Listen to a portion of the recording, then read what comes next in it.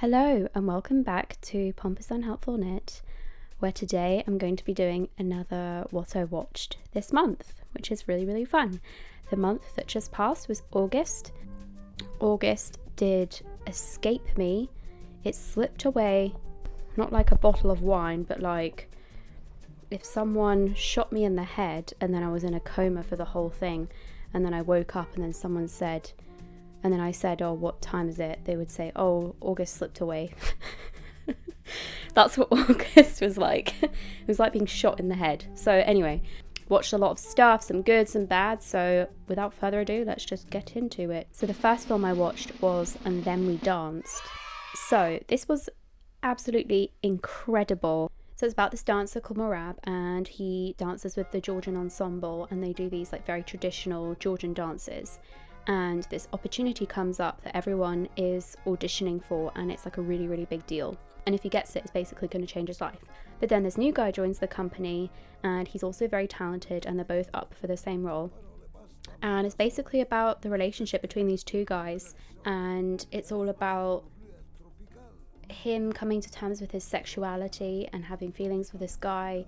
And the relationship is so beautiful, and it's not a particularly gay friendly accepting place. Like, everyone's pretty homophobic and horrible, and it's all about the two of them trying to find time to be with each other and pursue their dreams whilst being in this like really stifling town that's really unfriendly about who they are. I love all the like partying scenes, all the dancing. Like, there's lots of moments where they're kind of communicating to each other how they feel through physical expression and through their dance, and that's really lovely.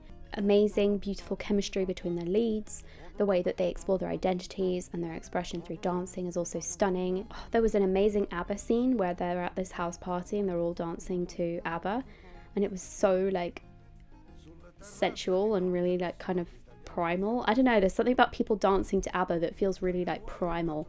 It's also interesting, like the culture that they're in, and the dance that they're supposed to be doing is supposed to be really kind of exact and lacking in sexuality, and it's supposed to be this like really prim and proper like traditional dance.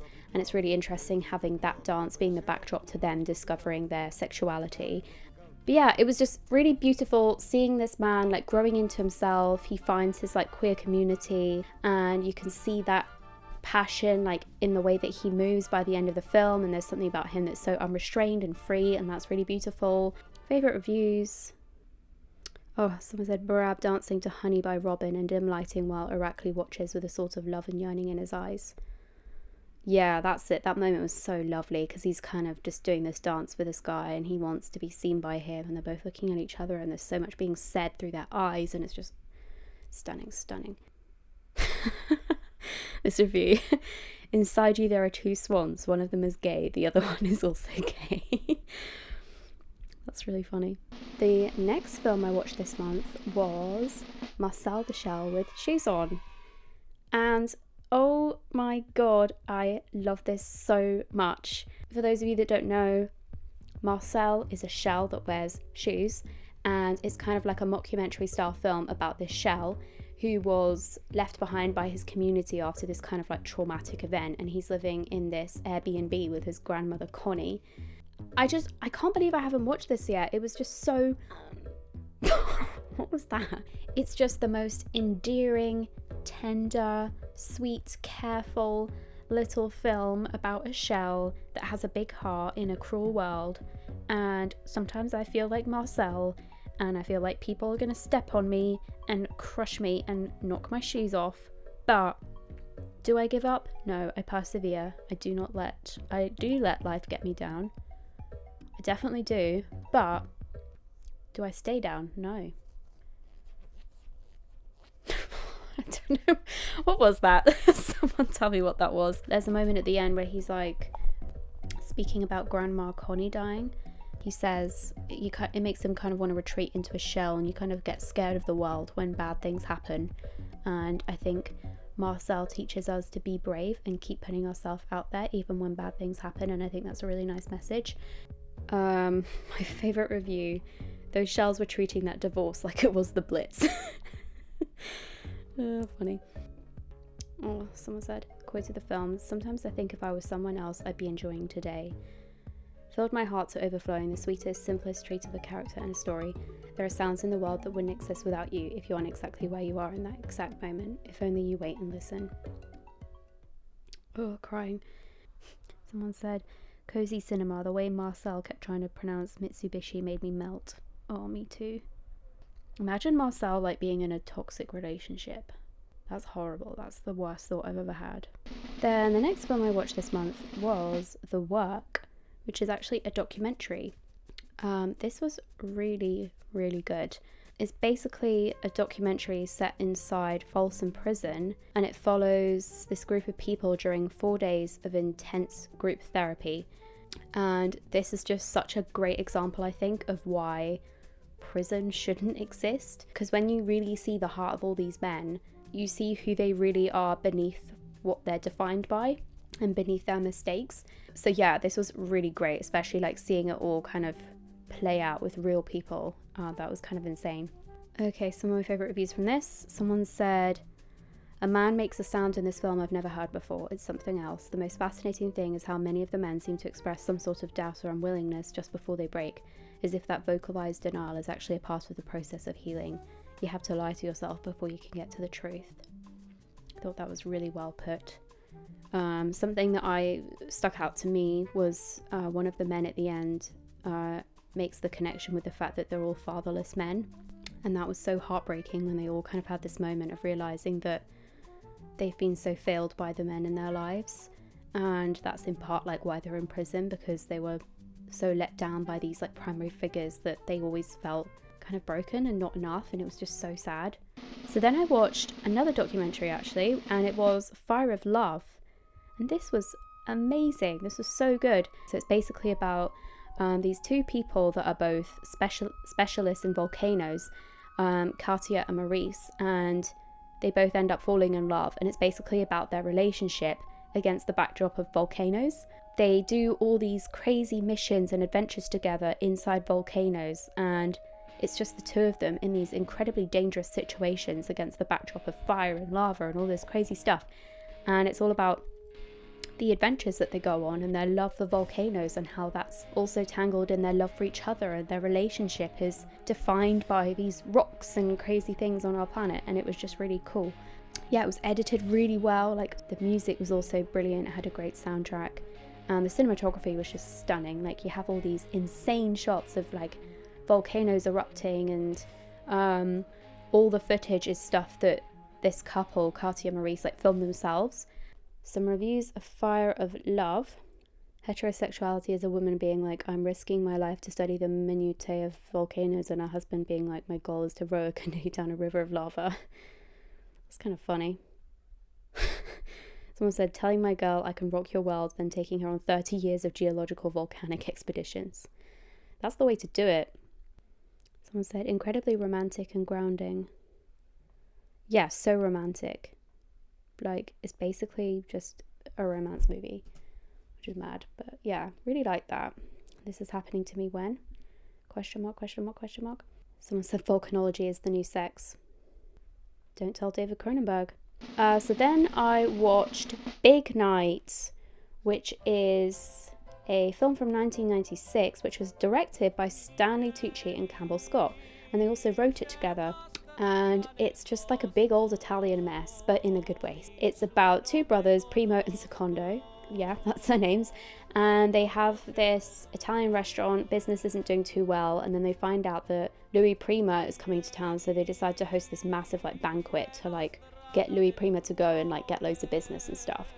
And it's all about this big night for the restaurant and how they prepare, and all the stuff that happens on the day, and all the people in their lives, and all these, you know, situations that arise, and all these dramas. And it's also about this like brother relationship at the heart of the film. The pacing was a bit off. That was my main issue with it, but I did really enjoy it, and the food in it is incredible. I think what I like so much about this is you can tell that it's like a passion project, and that everyone was so psyched to be on board. It's that thing of like, even when it's not like perfect or like even that good, it's just so lovely and enjoyable to watch, because you know that everyone cares so much about it. Some of my favourite scenes, favorite reviews. Someone said, That final scene, everything that went before it, the bonds of family, brotherly affection, love, all captured in the simple act of frying an egg. Just magical. Yes, the final scene of the film is maybe my favourite part of the whole thing. These two brothers have this massive fight. They don't really acknowledge it. They just go to the kitchen together. One of them cracks an egg, starts making an omelette, and they both sit down and they eat, and then they just kind of pat each other on the shoulder, and it's this really long shot of just the two of them eating eggs in silence, and it was really beautiful. So that was great. Someone said, from now on, I will only eat my omelettes in silence while sitting shoulder to shoulder, arm in arm with my brother, who is Stanley Tucci. Yeah, that's ideal. Then I watched You Hurt My Feelings, and I really enjoyed this. Mostly I just love the premise for this film. I think it's like an amazing premise. So it's basically this writer, she's got like a really great relationship with her husband. Like they're like well known for being like a really solid couple. And her whole career, he's been really supportive of her work and everything that she's written. He loves all her books, everything she writes. And then one day she overhears him saying to someone else that he doesn't like her new book. And the whole film kind of spirals after this point. I think mostly like it's like a real exploration of like the different ways that we show love for people and how that's not always recognized or appreciated in the ways that we might want it to be. And how all these people are doing things to try and show that they care, and often it's misguided or not received in the way that it's intended, but it's all about the way that we try to care for people, and I really, really liked that. Yeah, like some really great performances, like all the supporting roles were really great.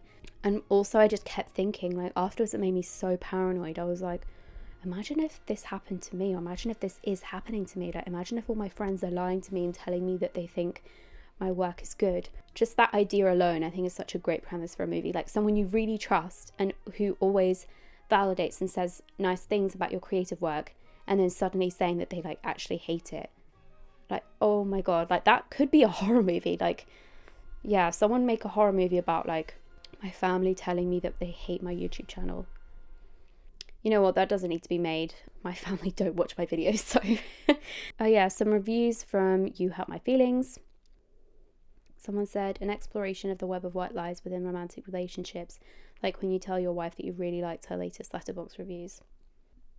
So then I watched, on the same night, I watched Jiro Dreams of Sushi, which was pretty interesting. I actually went out to a sushi restaurant last week for my friend's birthday, and it completely changed the way that I looked at the whole experience because of watching this documentary. So it's basically about this like top sushi chef called Jiro, and he's like obsessed with sushi. Like his whole life is about sushi. Like he has this amazing like Michelin star restaurant. Like every day he is devoting himself to his craft and like making the best sushi possible, and the whole documentary is just about that. Yeah, I don't know, it was kind of like funny because it's kind of like a bit ridiculous when you think about it. It's kind of toxic, and it's kind of about like his relationship with his sons, and his sons also work in the sushi business. They're like, you know, struggling to live up to his name because he's such a big name. Yeah, I don't know, it was kind of like, okay, yeah, like I have respect now. I have like a bit more respect for sushi making as like a craft, and like I know more about the process and everything that goes into it, and that's cool. But also, Jiro's kind of a piece of shit. Like, I'm not gonna lie, like he sounds like quite a bad dad. He's basically like gave his sons anxiety and pressured them into carrying on this business, and now they have this like invincible name that they can't really live up to because his dad's like the, you know, the god of fish. Also, like there's like several references to their mother and his wife in the whole thing, and she's like we never see her, we never hear her by her name. They're like, oh yeah, our mom, or like he's like, oh yeah, like their mother or whatever, but like we never see her. I think there's actually one woman in this whole thing, which is insane. But it's just crazy that like it's about his life and his sons, but you never like get a glimpse of his wife, like the mother of his children, their mother. Yeah, that was just crazy to me. I was like, who are you? Like if he's going to be putting everything into his business, then I'm assuming that there was someone raising his kids, and I'm assuming that he was able to put the work into his business and also have a family because he had someone like doing that with him. And it's just, it really pissed me off that she was never mentioned. I was like, I want justice for Jiro's wife. So I want a documentary Not Jiro dreams of sushi, but Jiro dreams of justice for his wife, because he seems kind of like a misogynist. Anyway, so that was Jiro dreams of sushi. I'm going to read some reviews now. Someone said, Jiro should dream of getting some bitches. Yeah, my thoughts exactly. He needs to get some hobbies outside of fish, but also like he needs some respect for his wife. Someone said, something very charming about an old man that only cares about one thing, even if he seems to be kind of shitty outside the one thing. Yeah, exactly. My point exactly. He's great at making sushi. No doubt about that. But is he a good dad? Is he a good husband? Definitely not. Yeah, I gave it 3 stars. It was like, okay, cool, yummy food, but also I don't really like you that much, Jiro. Sorry, Jiro. I thought no, I'm not going to read my review. Sorry. Then I watched Theatre Camp, which I absolutely loved. This was so good. I was literally like laughing for the whole thing. Like my face hurt when I came out of the cinema. It did kind of bum me out. I got like advance tickets to this like early preview of the film, and when I went, I was the only person that was seeing the film by myself. Like everyone was with like massive groups of friends, and it was the first time I've ever felt lonely in the cinema, so that was a new experience for me. Anyway, Theatre Camp is just about, like the title says, it's about a theatre camp for kids over the summer. It's about the people that work there. It's in a mockumentary kind of style. It's all shot in film. It's like really gorgeous. It's got an original like score composed by like Ben Platt and stuff. Also so relatable if you grew up being like a music theatre kid like I did. I didn't do theatre, but I accompanied musical theatre. I was like the sad little piano person at the side of the stage, like trying to keep up with everyone, learning 30 pages of music every day and, you know, barely being paid for it. That was me.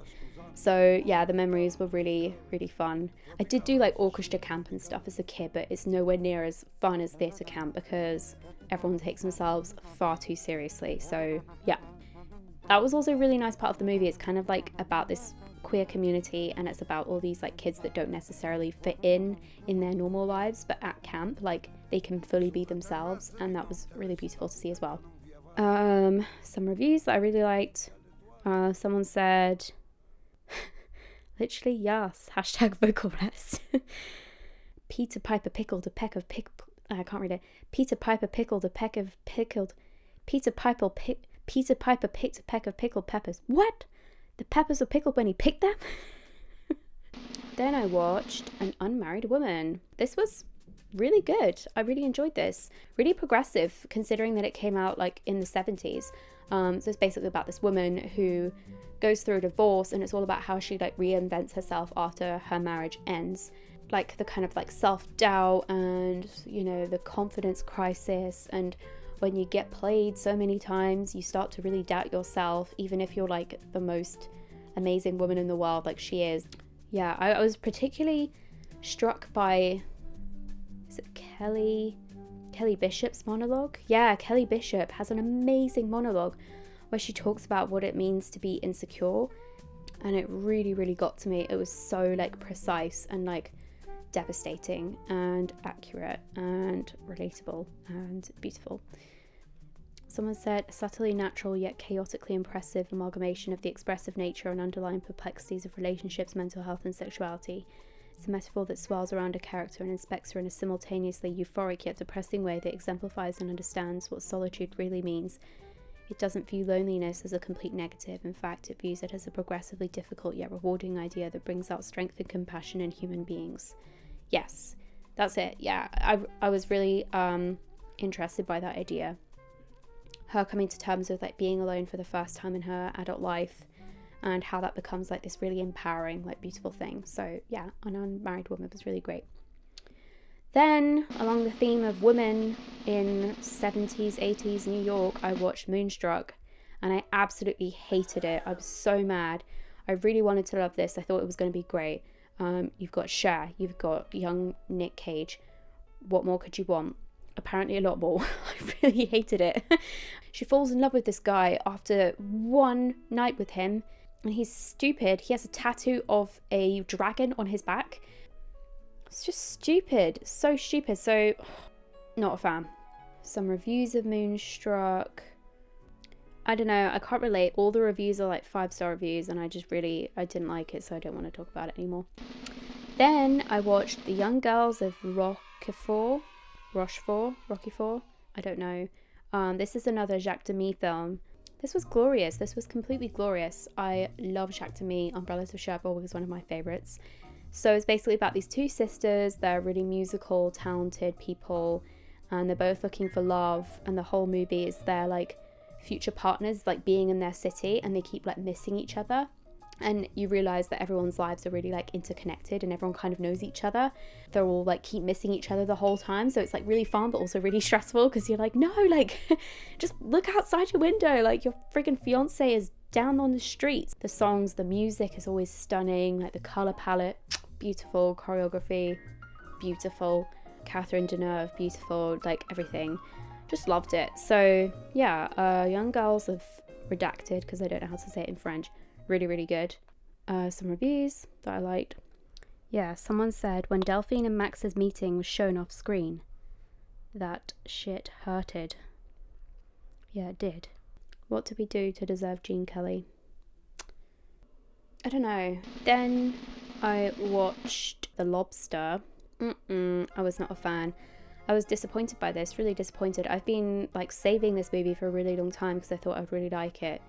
And I was like into it for the first like half an hour, and then it completely lost me. Like I felt like the beginning was really strong when it's set at the hotel and you have that backdrop of what makes the movie interesting. I think the fact that, you know, you go to a hotel where you get turned into an animal if you don't fall in love, and then they do this whole weird like kind of ratchet like thing outside of the hotel where they're in the forest and there are all these factions. It's kind of like the Hunger Games but in a Yorgos Lanthimos film. There was one moment that I found so funny, and it's when Ben Wishaw's like child is speaking to Colin Farrell's character, and then he says, and I quote, "The last thing I want right now is a kiss from a silly little girl," and then he kicks this child.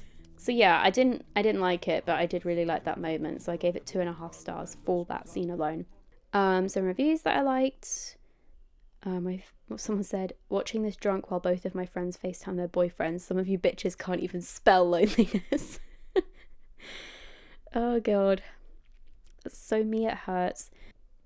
Someone said, imagine how much of a non-issue the whole 45 days to fall in love thing would have been if the main character were a lesbian. Oh, it's so funny.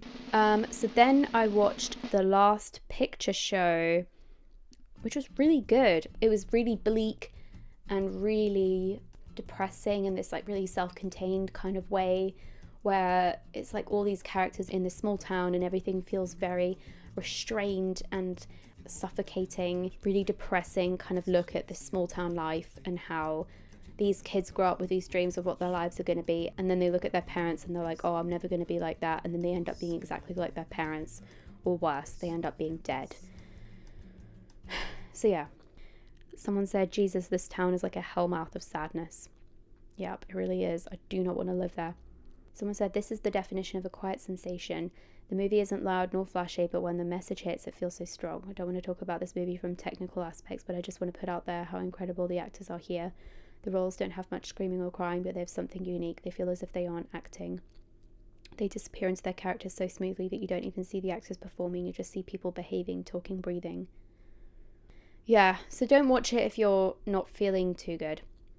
Then I watched Girlfriends, which is up there with being one of my favorites from the whole month. I absolutely love this. This was another 1978 number directed by Claudia Weil, and it's basically about this photographer that lives with her best friend, and then her best friend suddenly gets married and she moves out, and it's all about this woman adjusting to living alone and adjusting to the new dynamic of the friendship and just going through her 20s. I found it painfully relatable. You know, friendship breakups are really difficult, and I've never seen it portrayed in film before, and it was like really quite difficult to watch. Like I felt really quite upset by it afterwards because I'd not seen that experience on screen, and it's such a core part of being in your 20s where people and friends just kind of drift in and out of your life, and there are some people that you attach to really quickly and then they disappear and you feel so empty and like nothing. Yeah, just like a really progressive, amazing film about what it means to find independence and to find yourself in your 20s. I also hate my 20s, so whenever I watch films like this, I feel bad. Someone said, need more movies about the devastating loneliness and loss of emotional intimacy and perceived abandonment / betrayal of gal pal breakups, because they really do be like that. Yes, it really is difficult. My favourite review, someone said, what Girlfriends and Frances Ha both do so well is highlight how women perceive being alone as being selfish. There is this fear that if you take time to yourself and want to have a space separate from your relationship or focus on an artistic pursuit or your career, that you are alienating yourself in an unhealthy way. But they also show how solitude is needed to become rooted enough in your ideas and practices to create. How the space you build for yourself gives you time to figure out what you want to make. And in the end, when your work is ready to show, you bring the people you love to spaces where they can gather and feel. And you invite them into the world you created when you were once alone.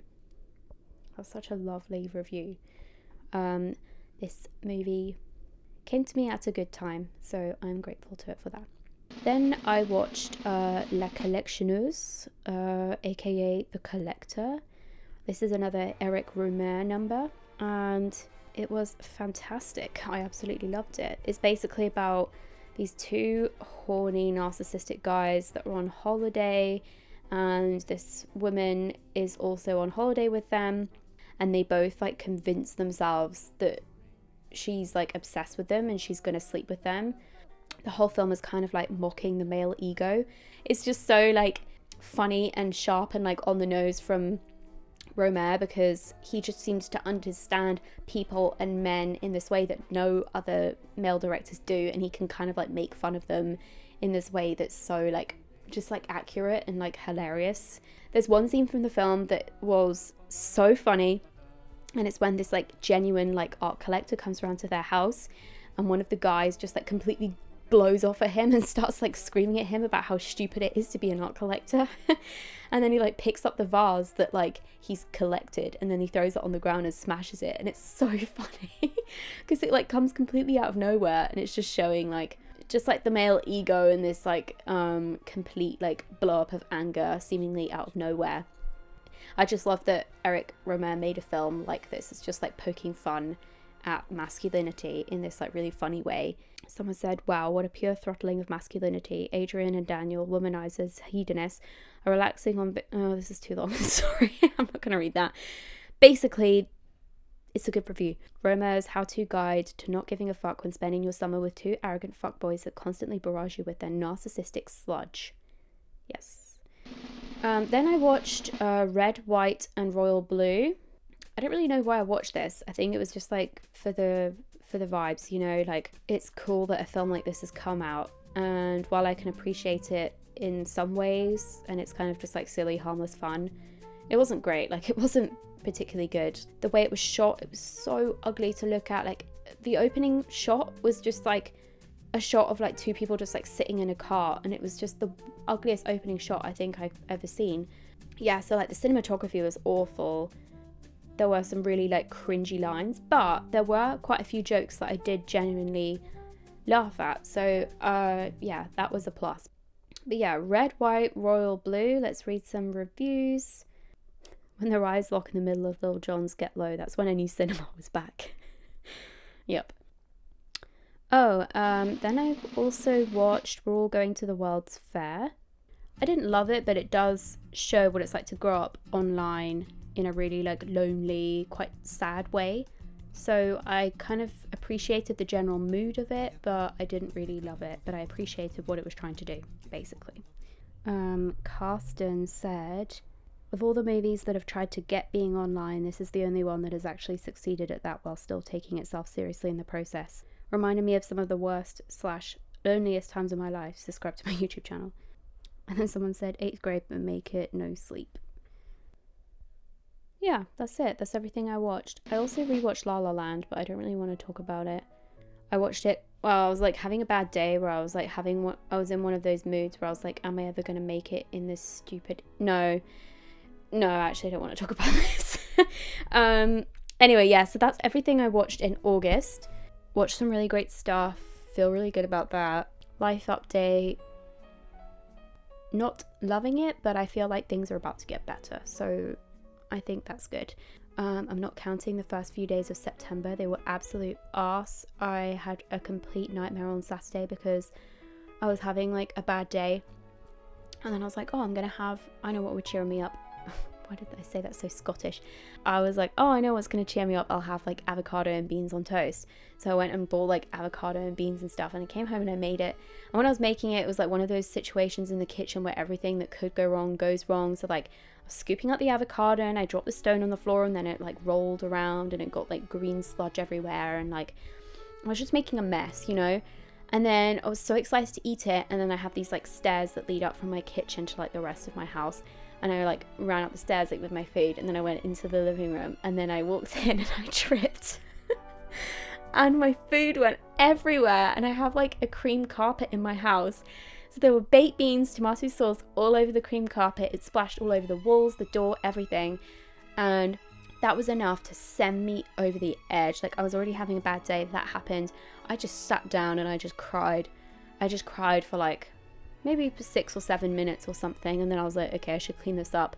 But it was so depressing. I was just like sat on the floor with all these like baked beans and avocado everywhere, and then I eventually like picked it up with my bare hands and put it back on the plate, and it was all disgusting and horrible, and I still ate it because I was hungry, and like, you know, girls gotta eat. So I did that.